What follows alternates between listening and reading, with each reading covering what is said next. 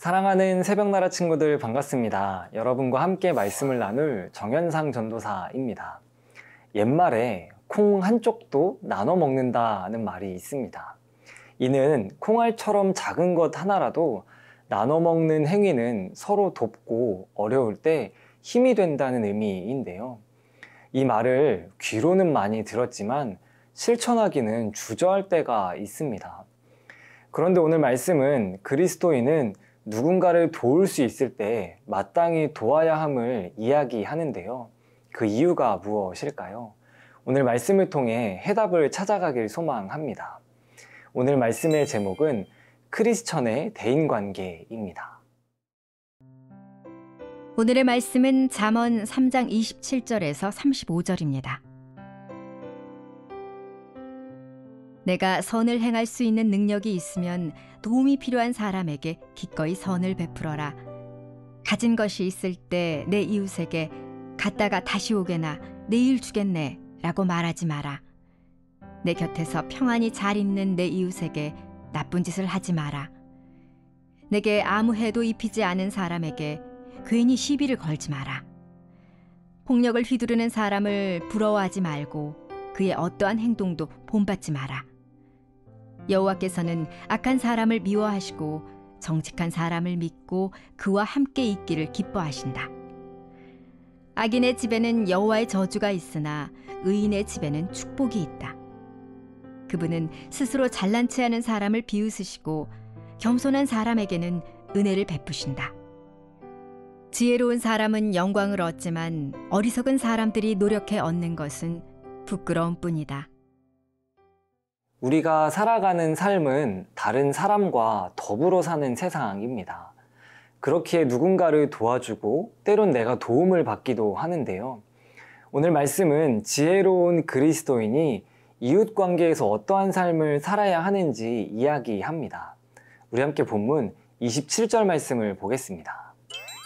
내가 선을 행할 수 있는 능력이 있으면 도움이 필요한 사람에게 기꺼이 선을 베풀어라. 도움이 필요한 사람에게 기꺼이 선을 베푸는 삶. 하나님을 사랑하는 마음과 이웃을 사랑하는 마음은 분리될 수 없습니다. 복음서에서 예수님도 이렇게 말씀하셨습니다. 첫 번째로 중요한 개념은 하나님을 사랑하라는 것이고, 두 번째로 중요한 계명은 내 이웃을 내 몸과 같이 사랑하라는 것이다. 그렇기에 하나님을 사랑하는 우리는 내 주변에 있는 이웃도 마땅히 사랑해야 합니다. 그런데 어떻게 사랑할 수 있을까요? 행할 능력이 있으면 도움이 필요한 자에게 기꺼이 선을 베풀어야 합니다. 제가 지하철을 타고 집에 가던 중 한 장면을 목격했습니다. 아마 여행을 온 관광객으로 보였는데요. 영어를 사용하는 외국인이었습니다. 어디로 가야 하는지 두리번거리며 길을 헤매고 있었는데 저는 그분을 피해 옆으로 이렇게 슬쩍 갔습니다. 왜냐하면 저는 영어를 잘하지 못하기 때문입니다. 그런데 마음이 쓰여서 힐끗힐끗 그분을 바라보았습니다. 다행히 어느 다른 분께서 그 외국인에게 다가가 도움을 주는 모습을 보았는데요. 제가 놀란 장면은 그분을 다시 보니 지하철에서 이 큐티 책을 꺼내 말씀을 보고 계셨습니다. 그분을 보며 한 가지 느꼈습니다. 아, 저분은 하나님을 사랑하고 이웃을 사랑하는 참 그리스도인이시구나. 하나님을 사랑하는 우리는 이웃을 위해 선을 베푸는 사람입니다. 특히 도움이 필요한 사람에게 기꺼이 다가가 섬기는 사람입니다. 왜냐하면 예수님이 우리를 먼저 섬겨주셨기 때문입니다.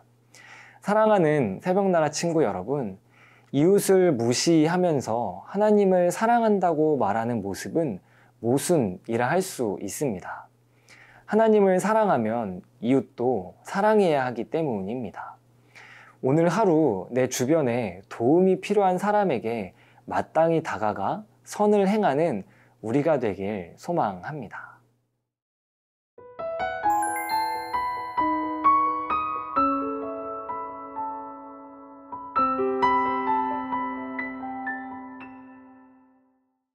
요즘 우리 사회는 차마 표현할 수 없는 강력한 범죄가 자주 일어나곤 합니다.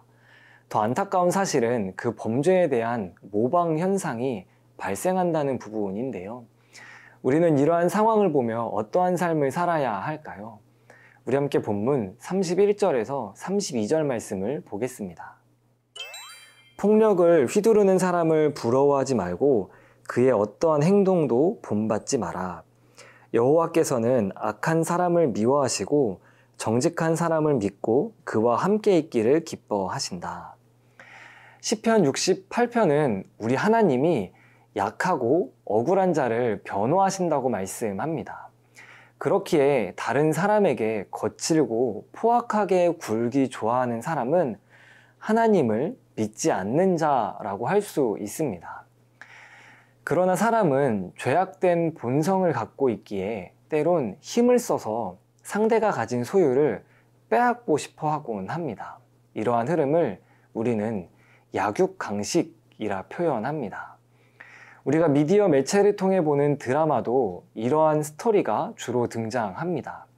힘이 강한 사람이 수단과 방법을 가리지 않고 약한 자의 재산을 빼앗는 행위.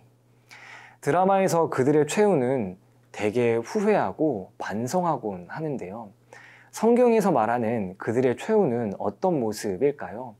우리 함께 33절 말씀을 보겠습니다. 악인의 집에는 여호와의 저주가 있으나 의인의 집에는 축복이 있다. 그렇기에 우리는 약하고 억울한 자를 변호하시는 하나님을 기억하며 그들의 삶을 본받지 않아야 합니다. 사랑하는 새벽나라 친구 여러분, 그리스도인은 악인의 삶을 본받지 않는 사람입니다. 왜냐하면 심판주 되시는 하나님이 늘 우리를 주목하고 계시기 때문입니다. 모든 일을 헤아리시는 하나님이 자비를 베푸는 자에게는 자비를, 포악한 자에게는 징계를 내리시는 분이심을 기억해야 합니다. 오늘 하루 악인의 삶이 아닌 하나님을 따라 살아가는 우리가 되길 축복합니다. 지혜로우신 하나님, 주님을 닮아 선을 행하는 우리가 되길 소망합니다. 도움이 필요한 사람에게 선을 행하는 삶을 살도록 우리를 인도하여 주시옵소서. 오늘도 함께 하심을 믿습니다. 감사합니다. 예수님의 이름으로 기도합니다. 아멘.